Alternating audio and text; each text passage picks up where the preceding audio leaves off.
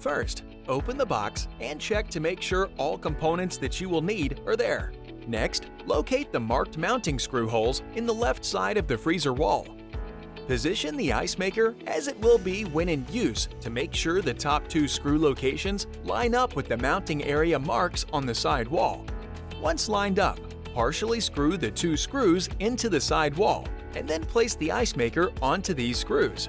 Once the screws have been installed and the ice maker is in place, make sure the ice maker is level before installing the third screw below the ice maker. This location is also dimpled. Once the ice maker is in and level, the screws can be tightened. You can proceed to the back of the unit to install the water line. Find the white water line and install it into the inlet valve. Before installing the water line onto the fill tube, place a compression clamp over the top of the water line. When the water line is in place, compress the fitting and secure the water line to the fill tube. Once connections have been checked, secure the water line to the back of the fridge with the nylon sleeve provided.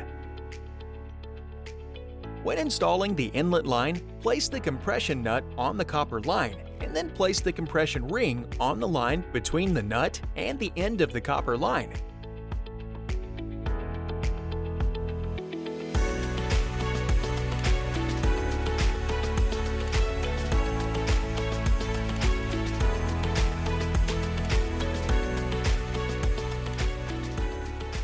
When you are sure everything is mounted tight and properly, open the freezer door and lower the metal arm at the side of the ice maker.